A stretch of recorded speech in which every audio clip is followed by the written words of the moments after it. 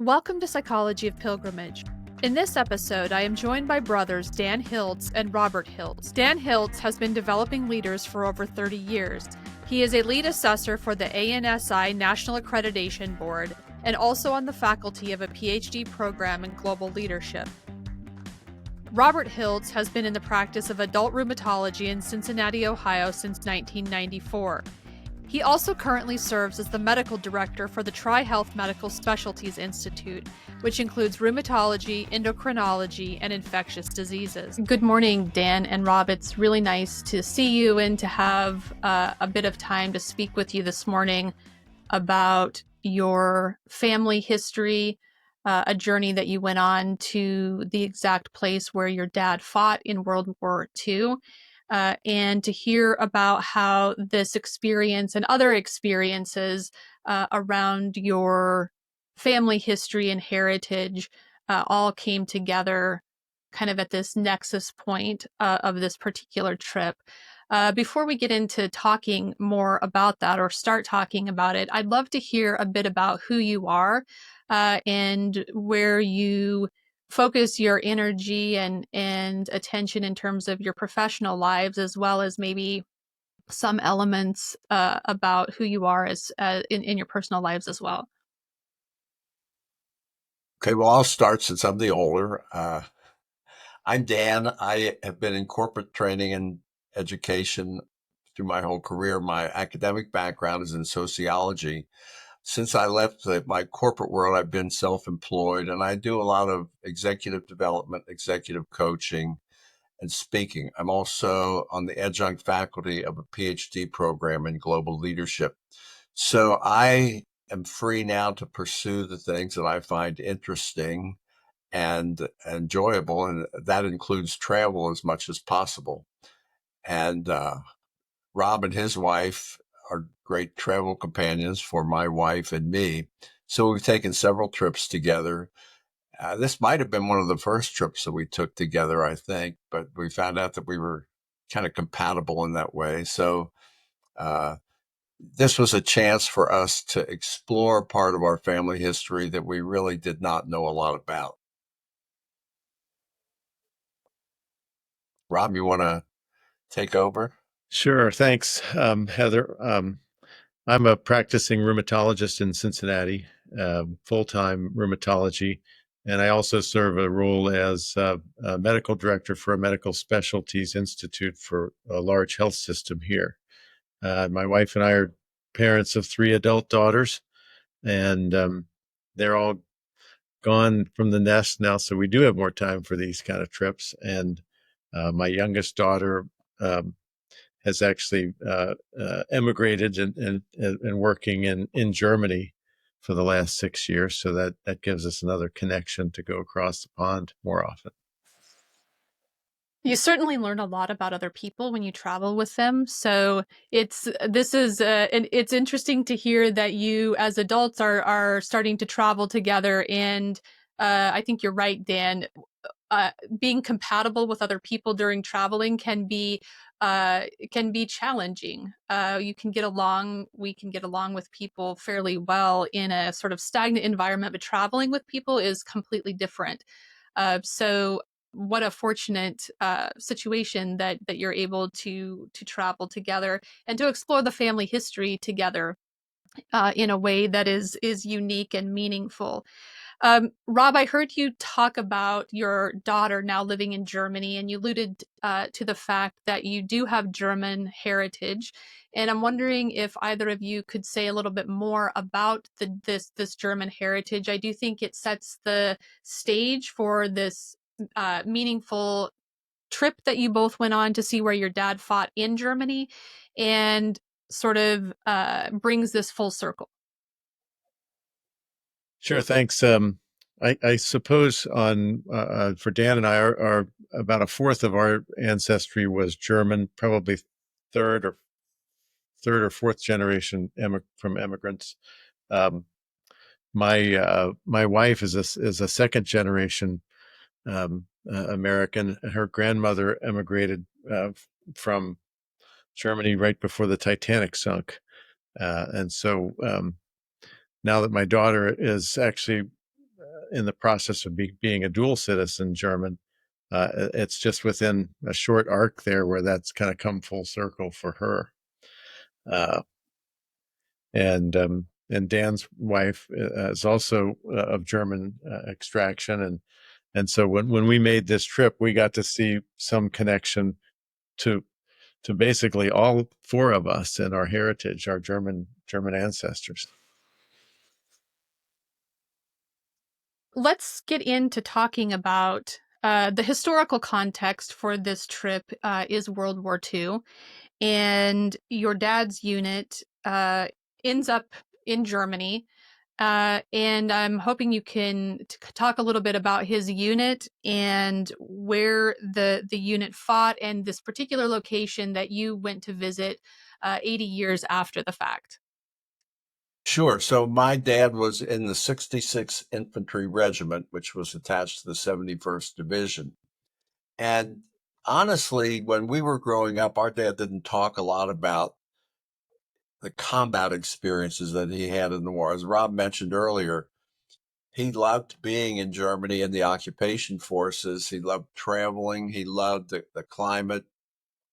But he was not one of these veterans that you hear about that would never talk about things. He'd talk about kind of the fun stuff that he did. So we didn't really have an appreciation of the time that he spent in combat until this book was published a couple years ago in Final Defense of the Reich. And this was written by a then Army colonel who was stationed in Germany, who did this research as part of, I think, his master's thesis. And we found out that the 71st Division was involved in a battle with a German SS division that was on its way back from Scandinavia to the homeland to help defend the homeland. And so it was interesting to read that book. And we did know that my dad was in E Company of the 2nd Battalion of the 66th Regiment. And so reading this book, all of a sudden, we read that on Easter Monday in 1945, the Easy Company of the 2nd Battalion was the lead company attacking this roadblock in the forest outside of Büdingen, Germany. So we knew then that our dad had been fighting at this particular spot in Germany at around 8 a.m. on the morning of Easter Monday in 1945. And we were able to find that out a couple months in advance. I don't know whose idea it was to actually make the trip, but we both bought into the idea pretty quickly. And so we arranged to be there 80 years from or 75 years, 70 years, 70 years, 70 years to the minute from when this battle took place. And, it was really special for us to see that. And then after we visited little, that little crossroads, we went to a village a couple miles up the road, and we found out that there was a woman alive then who had been alive at the day of this battle. She remembered the battle. She was able to tell us some personal observations, some personal experiences that she had during that battle, which really added a lot to our understanding of what that village went through and what my dad went through as well. So those kind of encounters with people who had actually been there really added a lot to our understanding of what our dad's life was like in the Army and combat, and what the people of Germany went through at the end of the war as well. Thanks for catching the yeah, I said 80 years. It's 70 years to the day. So did you know much about the particular battle before you read the book? I had never heard anything about it at all. And how did you learn about the book, or did you stumble into it? Did someone um, make a recommendation? What was that link? I honestly don't remember. I occasionally will Google like 66 Regiment or 71st Division just because, things tend to bubble up on the internet now that weren't readily available before. And I think that's where we found out that this book had been published by this Army colonel. And so, we read that, and that it's like just unfolded before our eyes. It is not unusual, actually, for battlefield uh, travel, pilgrimages, tours to begin with some type of written text, and so that's why I'm asking a little bit of specific questions around this, because it forms the foundation, I think, for many of these visits, particularly when there's a family link or a military unit link. Knowing details about the battle and the actual context for the unit being in a particular place at a particular time is important when people then take that next step to plan travel and actually travel to a place. And in the case of battlefield visits, it can be particularly important to be in the precise place where these events occurred. And it's actually this precision that is noted during the visit. So there's some type of text, a book, a guidebook, a set of maps, often that form the backdrop. And then when people are in that spot, there's a kind of a reference back to the text. Was that the case for both of you? Yeah, Dan was able to make another connection with a local historian, a German retired, I think he was a retired postman, and he met with us and drove out to the battlefield with us and was able to walk us through some of the landmarks, because basically it's, other than these two little hamlets that oppose each other, in between it's farmland, and um, because it was at that time 70 years from the date of the event, the fields had been plowed and prepped for planting exactly like they were now. So it really had a bit of an eerie semblance of what that might have looked like at that time, 70 years prior to the day that we went. Um, and Likewise with the walk through the little town, where we met the surviving lady who told us her story. We went to the chapel that had served as um, one of the shelter places, and it had been heavily damaged in the bombing. We pulled on the door; it was locked, and one of the townspeople said, what are you doing here?" And we told her, and that she said, "Well, let me go get the key." And so she had the key to the chapel. Said, "Just bring it back to us when you're finished. They just help yourself." So we went into the chapel and pay our respects and say a prayer and reflect. Um, and then when we came back and delivered the key to this little pastry bakery shop, that's where we met that elderly lady. She and her daughter and granddaughter ran this little coffee shop, and so we had coffee and pastry and got the chance to share our stories with them, and of course they wouldn't let us even pay. So you mention here two factors that I hear about a lot in all types of pilgrimages, not just battlefield pilgrimages.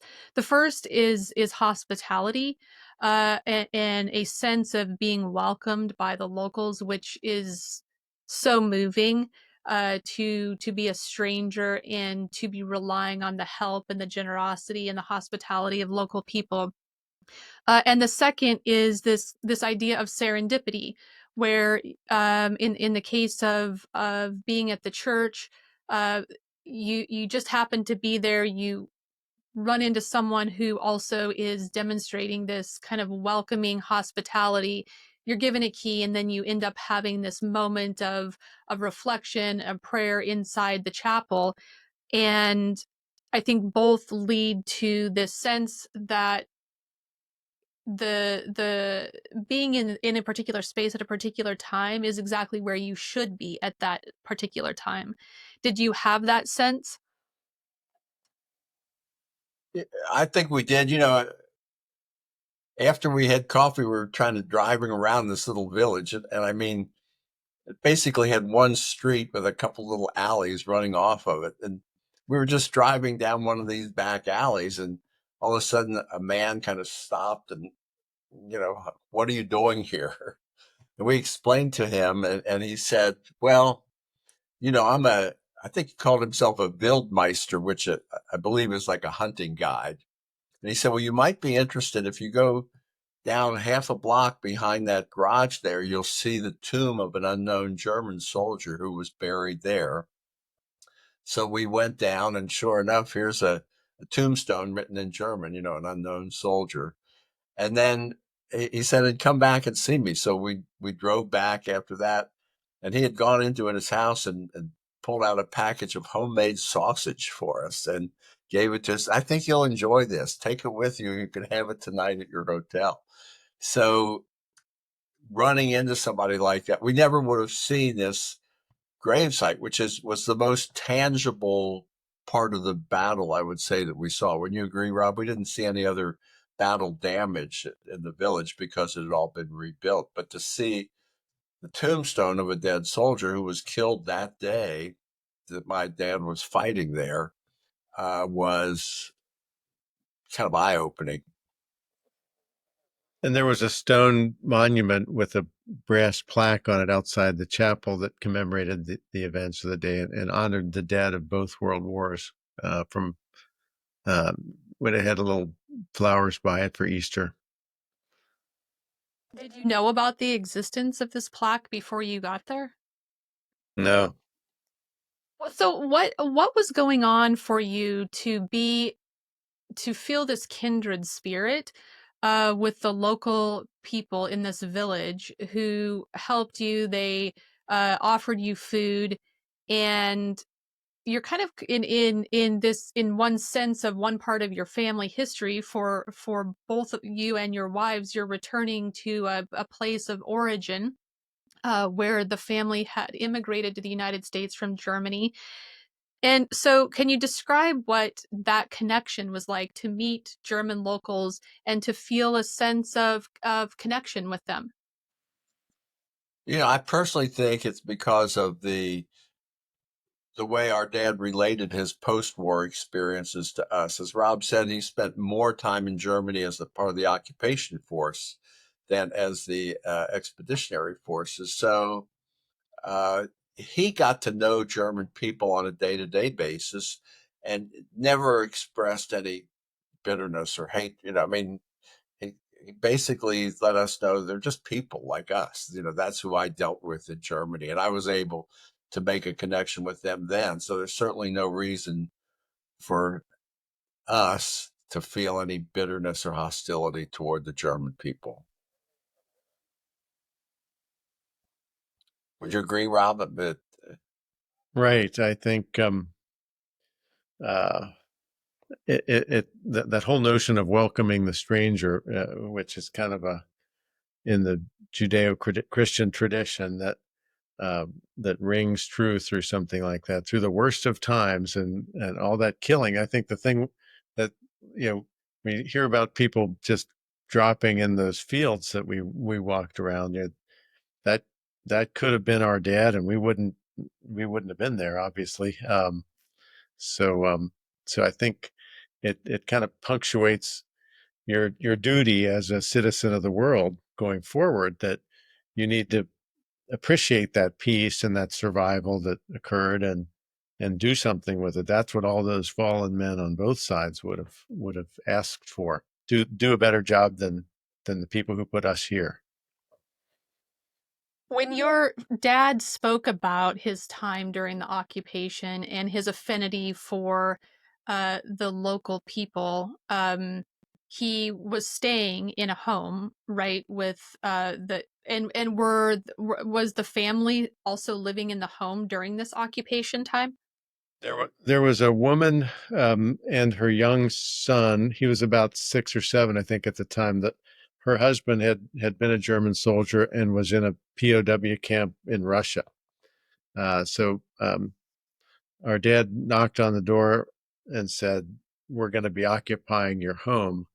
Um, and he basically said, "We'll hire you back as the housekeeper if you'd like to stay here." I don't know whether she stayed actually in the house or worked out of the house. I think she did. I think, that was one of the reasons that she felt a kindness from Dan and the other officers who occupied that home, is that where they had the right to just kick her out of the house altogether, that he extended her the opportunity to stay there and make some money by staying there while they lived there. So, and then he did remark on how during the time of their stay in this home that the husband did actually come walking home ultimately, and he said how he had been emaciated. He was just like a skeleton because he wasn't really treated well by the Russians. And as I mentioned, they stayed. My mother and dad and this couple remained friends to the very end. And two of our other siblings went to visit this family and stayed there. I think three of them, two sisters, my brother David, and and Dan's wife went with my sister for this. They were in nursing school together, and they just showed up unannounced because there was no. It was back in the '70s, and they said, "We're here," and they were welcomed with open arms and put up. They put them up and fed them, and so it was really a special long term relationship. And my mother and dad went back and visited in the '70s as well. So that was a great reunion too.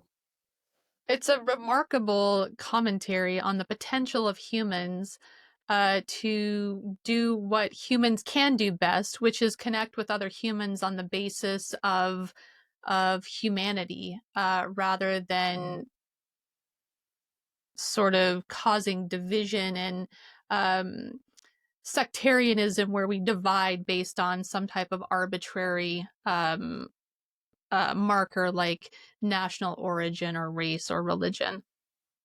I think that another thing that strikes me as you mentioned that, Heather, is that uh, Dad's division was involved in the liberation of a concentration camp as well. And he did speak about his personal experience in liberating this concentration camp, the personal experience he had with the prisoners who were held there, and told us stories about their condition and the way they had to be treated. So he saw the worst of the war in that sense, but he didn't let it poison his heart toward Germans, the nation of Germany or the German people. Yeah, I'm also struck by this interesting dynamic of the trip, where you encounter a woman who is a child about the same age as the boy that was living in the home that your dad occupied, and then being able to hear the account from her perspective, where there isn't really this personal connection like had formed with your parents and this German family. What was that like to be able to, it seems like there would be a kind of a sense of validating that what your dad said was actually true, that to hear the account of an older woman reminiscing about her childhood, about when the Americans occupied her village. It must have felt like some sense that, oh, dad was right, they really did act in an honorable way in this situation. Yeah, I certainly felt that way. There were no unpleasant surprises that we ran into, and we didn't expect to hear anything bad about our dad, of course, and we definitely didn't. I have a patient that was a child of the war. She was about 8 or 9 at the time things fell, and um, she's still living actually. Uh, and has made she was a German girl and emigrated here in the 60s, I think, as a young adult, and worked as a nurse at the hospital that my health system is affiliated with, where my dad's cousin was the president of the hospital. She was a sister of charity, and she knew uh, Sister Grace, um, and talked about how she was lifting her up and helping her get assimilated into the American culture. But she also told stories about how the American soldiers in the occupation force in her childhood were helpful to her and to her family during those days. That's not just another small degree of separation Yeah. when you think about these connections across the ocean. Yeah. What are some of the aspects of the war? You talked about your dad um, mentioning that he had been in this particular location, which you knew because then there was an ongoing relationship with the German family. And you talk about that he was part of liberating a concentration camp. What other stories did you hear about his experiences during the war or after during the occupation? One that was pretty striking was that he was able to attend some of the Nuremberg war crime trials, and he had the transcript with the order of events at a couple of days of the trial. And during that same trip, or actually, it was during a separate trip that we made back to Germany, we did visit Nuremberg, and we were able to tour the courthouse where the trials occurred, and it's still a functioning courthouse. It's had minimal remodeling, but you can go into the room and you can see what was going on. And so he got to see firsthand some of the perpetrators as they were being tried, and some most convicted. At the museum there in the courthouse, they had pictures of what happened during the trial. And one of the guards, the American guards for the trial, actually had the 71st Division patch on his jacket sleeve. So again, it's more validation. Yeah, he was really here. Did he keep any type of diary or written thoughts about his time during this era? He had a few letters to my mother that we didn't really see much of until after my mother passed, but they didn't really go into great detail about any of the events. It was just more like love letters. So probably why we didn't read them. Yeah. But that's so sweet to be able to find those after the fact and see what he was thinking at the time. Hmm. Were they married before he left? No, they were engaged right before he got Okay. sent overseas, and then they got married almost immediately after he got back. Started having babies. Well, I mean, a lot of people did because they had seen the world in such a hellish condition that it was important to contribute to the living once they came back. There are Rob and I have a total of 7 siblings in the family, and then my mom and dad's first child died shortly after he was born. So my mother had 8. My mom and dad had 8 children in total. So we're fortunate that 7 of us are still here, and we see each other quite frequently. What a devastating loss, though, after returning and then starting a new life, and then encountering and having to go through the loss of a child so quickly after. It was. I have a card that my mother wrote to my dad shortly after that. I think it was on the first Father's Day after the death of that child. I'll send you a copy of that offline. I think you'll find it very moving, very touching. I would like to see that. Thank you. Um, in terms of, you've talked about this trip to the place where your dad was, and the importance of going on the exact date, 70 years after the fact. And you've talked about learning about the history of the unit and the movement through Germany and the occupation, which is in many ways kind of a cognitive exercise, an intellectual exercise about putting places and people and dates all together in a specific landscape.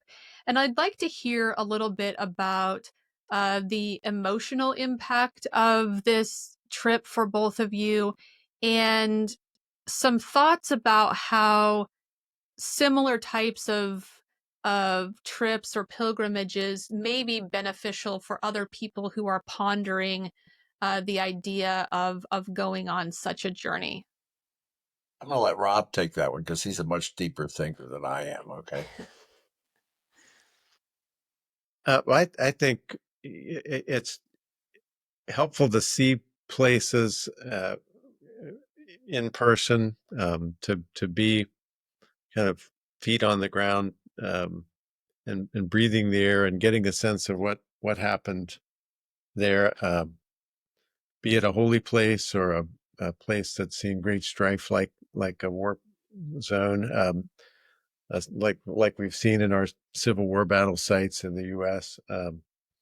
Um, but particularly with the family connection, so you can get a better sense of, that your parents are literally woven into each and every one of your cells. You have their DNA. It literally is a part of the fiber of your being. Um, but we're not just a product of our DNA. We're a product of our connections, social, faith life, environmental, societal. So I think, um, to really know thyself, you have to always do the hard work, the heavy lifting, and the introspection. And I think being able to go to a physical location, and walk the streets and hear the sounds of the nature there, and interact with the people, it's very enriching. So I think it's a worthy pursuit, for sure. When we were growing up, our dad was not an athletic person. He was working too much to have a lot of hobbies. Where Rob and his wife, do a lot of hiking. I do some biking. Our dad didn't have time for any of that stuff. So we basically knew him as kind of I won't say sedentary, but not a real active recreational person. So to be there and think, 70 years ago, he was a 21-year-old kid leading combat, walking through these forests toward this roadblock. And I was personally thinking, well, I wouldn't do that. How the hell would he do that? That's not the dad I know. Yeah, so you're seeing your dad in a different light then also, and envisioning how he may have been as a young man in this situation, and it's very different than the person that you grew up with. Absolutely. Did you encounter this in a spiritual way? Is the emotional part of this kind of linked for you in a spiritual way? I'd like to hear about that part. I definitely felt a spiritual connection. I think Rob and I both have a deep belief. We have strong faith, but I think we also have a belief in the spiritual aspects of life. That there are things that happen to us and around us that you can't explain in an empirical way. And I felt that in several times during that trip, but almost the same way you feel it, when you tour the American cemetery in Normandy, for instance, or if you visit the French Memorial Verdun, just the loss of people there and the enormity of those conflicts and the death that it caused. You have to feel a spiritual connection, like Rob said. You know, there, but by the grace of God, we are no longer around. Our dad's best friend in his war career was, um, a guy who came from the East, and I think he was an only child from a wealthy family, And after his war experience, he came home and he entered the seminary and became a priest. And because he didn't have much other family, he would come to our home at least once a year as we were kids. Sadly, he died unexpectedly in his 50s, just slept away with a heart attack. But he was like an uncle to us, and he was a great storyteller. And he would tell, he would kind of talk about some of the Army stuff when they would get together, and it was always very uh, illustrated. And but also that I think he helped to kind of uh, firm up our own faith, because he would come to our house, and I can remember as a little kid he would set up and say mass in our dining room, and just for our family. So it's really a cool thing. So you're remembering this also when you're in Germany. You're thinking about all the layers of the stories that you've heard from your dad and his friend who is now a priest. Yeah. My dad, for instance, talked about after the war, after the after VE Day, was in Paris one time, and General Patton drove by in the car, and my dad remembers I saluted and he saluted back to me. So that was, That's a big deal. yeah, it is. Yeah, And that's a cool memory. also, Dwight Eisenhower's son graduated from West Point, I think, in 1944, but he was assigned to the 71st Division, also a different regiment in the 71st Division. But my dad had met him, during that time, before John Eisenhower was removed from combat. I mean, there were too many risks in having the Supreme Commander's son captured or killed.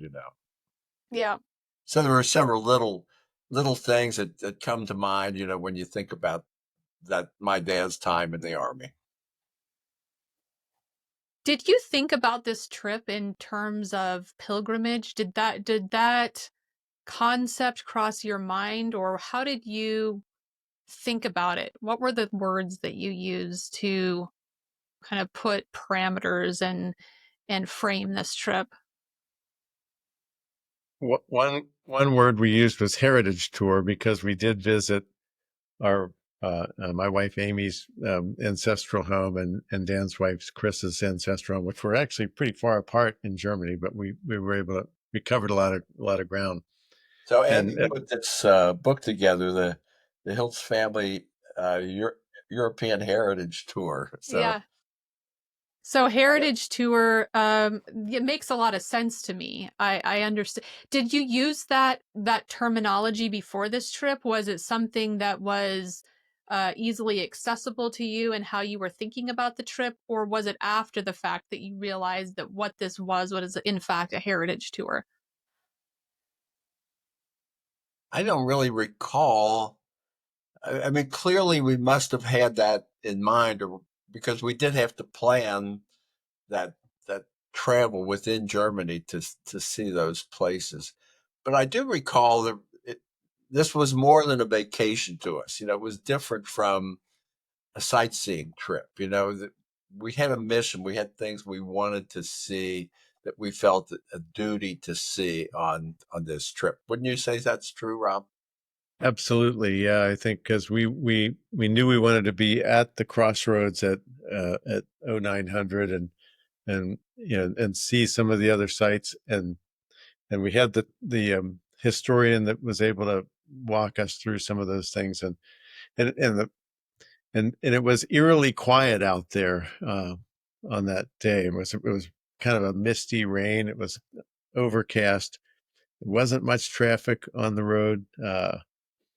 One of the sites where there had been a larger part of the firefights was private property now, so we couldn't go all the way out there. But we're just on the road, and we could see this big uh, the barn garage where the forest ranger was, and same with the older stone building that had become the field hospital, and then later the morgue for wounded.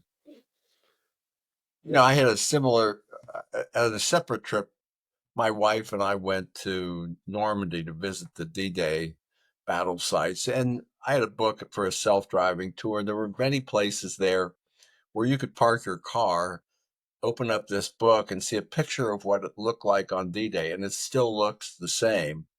But other places have been developed, and there are new buildings and barns and farms. But at this crossroads where we were back 10 years ago, nothing's changed at all. It literally has not been altered at all since the day of that battle. I've seen some of those photos. They're amazing to see side by side, whether it is a case where there has been, a development and the buildings have changed, or whether it looks the same. It's remarkable to see the side by side. And there's some interesting sites that I've seen on social media where people are actually bringing the photos through AI back to life, and so you can see the people amongst these buildings, and it's fascinating to see. Oftentimes we think about people in very sort of one-dimensional ways and think they're always serious, and and to see the photos come alive with human emotion is really cool. I like looking at these different sites. Rob, I've got a particular question for you um, around health. It's an area of interest of mine. This integration of sort of integration and intersection of pilgrimage and health and mental health in particular, but then also integrating a pilgrimage experience into one's kind of soul, psyche, way of seeing the world. And I'm wondering if you have thoughts about the health value of particular pilgrimages like what you've done, or heritage tours, or maybe more broadly pilgrimages in general. Yeah, I think sometimes we don't take advantage at reflecting on our own personal health and our health journey, our faith journey, our life journey, to open our eyes and put down our devices and look around us and see what our connections are. And I think even in the Jesuit spiritual exercises, they have this notion of the examen. At the end of the day, you're supposed to reflect back on where you were just in that day. So if you stretch that out to a bigger uh, umbrella of your life journey, you've got to know where you have come from and whom you've come from and who you belong to. And of course, all of that for a lot of us comes back to one answer, and that's God. But we do that in the footsteps of those who make our way for us, and our parents and our loved ones, and now our children, that make our way for us, and which is super cool. But I think being out in those spaces, walking those sidewalks and those streets, reflecting on who those people, whether they're your first degree relatives, your distant ancestors, your patron saint, whoever it might be, it's really an important part of your spiritual well-being to be present there, to let those memories and those histories speak to your psyche. So it seems like the way that I hear you framing this is it's really about connection and the interconnectedness of the self with history and our family members and other people that we meet and the landscape. That this is what may lead to the health benefit of these types of journeys. Right. And I think there's a lot of disconnected folks in our modern culture, because we expect everything to be accessible or answered by quick fixes and technology, and it just doesn't always work that way. They're nice tools and enhancements, but personal connections, historical um, connections, and meaning, that the things that make our lives rich are not gadgets and and financial wealth. It's the things that nobody can take away from you. Do you see that with your patients, that there is an epidemic of loneliness? I do. I think that was actually kind of officially proclaimed more or less by the Surgeon General a few years ago. Um, and it's a hard thing to put a number on, but I've been practicing for 31 years, and um, I can say that, a lot of what we deal with in not just in specialty care, but my first half of my career, I did internal medicine and rheumatology. And um, a lot of what boils down to is emotional uh, challenges, trauma, deficiencies, things that hurt the heart and hurt the soul that way. And they're not always fixable by a pill or a shot or an operation. So nurturing those opportunities and kind of cultivating those things are going to what's going to be keeping us whole and well on a bigger scale, I think. How does loneliness manifest in terms of physiologically? I mean, there's changes that occur with the neuroendocrine system and the neuroendocrine and the gut health system, but uh, people reach for things that cause give temporary relief. Sometimes it's the obvious dysfunctional things like opioids or alcohol or stimulants. Sometimes it's just the foods that we choose, things that give us a dopamine surge, or nicotine. But those things create negative feedback. They create an imbalance in our stress hormone release and disturb our sleep, which then does more in that vicious cycle, disturbing the balance of serotonin, dopamine, norepinephrine. And those are the kind of things that can lead to other physiologic stresses like atherosclerosis, hardening of the arteries, diabetes, obesity, and all those things. So there's a definite connection between loneliness and emotional distress and physiologic health. We hear a lot about nutrition, and we hear a lot about exercise, and we're hearing more about sleep. But it seems to me like there we ought to be focusing on relational connection as a form of prevention, as well as maybe an antidote for this loneliness epidemic. Right. I think sometimes we're and the COVID pandemic kind of etched some more of that on us as well. Where older folks got isolated because they were put into quarantine, and there was a lack of physical touch. I think that one of the most important things that you can do, and I get a lot of hugs in my office in my practice.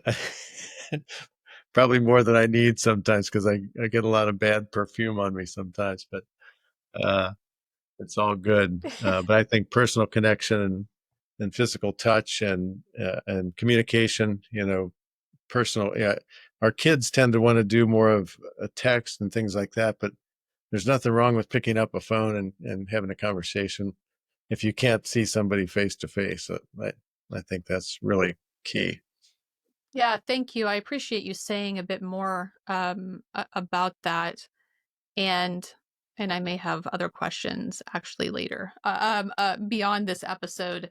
Um, how overall, um, in addition to the health benefits, we've talked about some of the emotional outcomes for both of you, spiritual um, connection to your family history, heritage.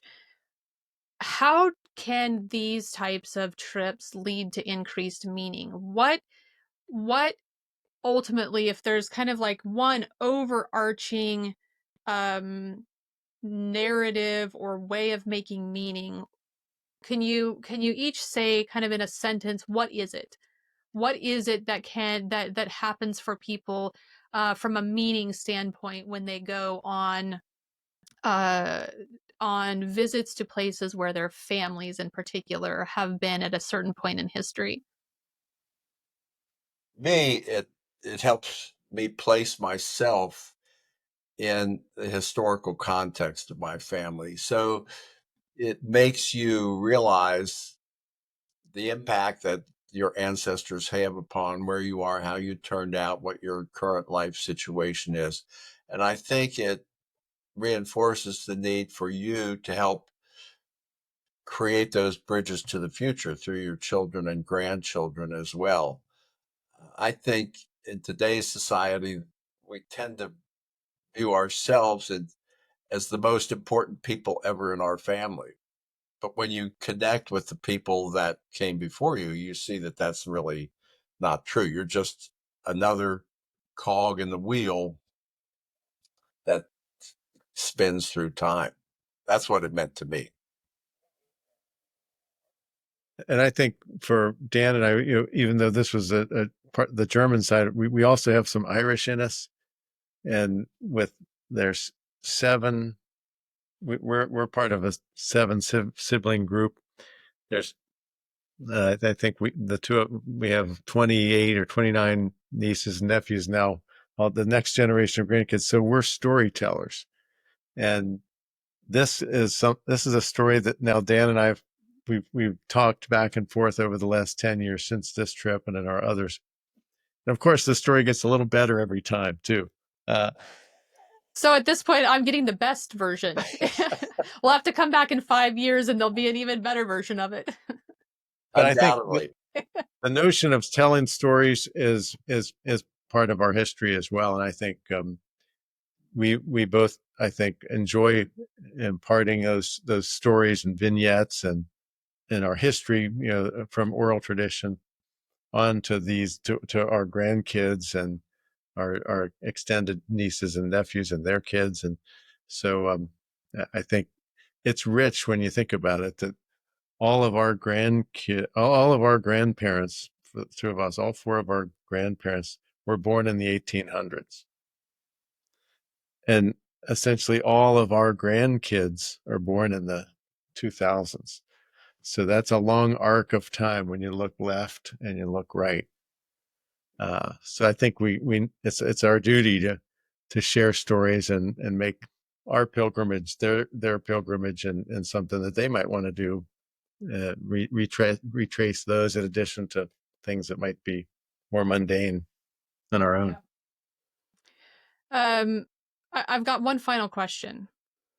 The final question is, how did you take this experience and integrate it as a person and also within your professional roles, within leadership education, and the medical role that you're in as a rheumatologist? How did the trip become part of you, and then kind of project back out into what you do as people and as professionals? My answer is simpler, so I'll go first because one of the requirements in this PhD program in global leadership that I'm part of is that the students have to complete 3 cultural immersions. And one of the options that they have is something called a virtual study abroad, where they talk to some people online and they get a package with food and typical products of the country that they're virtually visiting. I think that has some value, but not nearly as much as the informal conversations that you have with people in different countries and different cultures that are unscripted and unplanned. So when I think back to the trip that we made to Germany 10 years ago, I mean, being at that spot was very important to us, but just as important were those impromptu conversations that we had with a 79-year-old lady in a coffee shop, that we had eating sausage that a guy gave us on the side of the road because he stopped us when we were driving around. I think you have to have that context of a culture to really begin to know it. And so when I deal with my students, I try to emphasize the importance of being in situ and really absorbing all the nuances of the culture that you can. You'll never be an expert at another culture, but the more experiences that you can have in real life and in real time, the better prepared you'll be. Yeah, and I think too, I'm in people's personal space, 20 times a day, every day, and different people. And I think everybody comes with a different set of baggage and needs and history and concerns, and they're a lot of times totally different than yours. And I think it's important to just recognize that and appreciate it for the value that it is, and try to be um, a little bit better listener than talker. And I think that's, as a young doctor, you don't really appreciate that necessarily as much because you've got your things that you're going to prescribe literally. But the best tool that we have to be uh, concerned caregivers for others are right here. So we want to listen and learn and be compassionate, that everybody comes from a different place, literally, figuratively, and I think we need to continue to work hard to respect that and learn from it and grow. Thank you both so much for taking the time to speak with me and for giving me the opportunity to peer into a moment in your family history as well as your own life journey. It's been remarkable to hear about your dad and to hear about the trip that you took, but also to hear about the lessons that you both learned and the ways that you were touched by people during this trip and then brought that back with you. Well, we enjoyed it. Thank you for the opportunity. Thanks, Heather. It's been a real pleasure.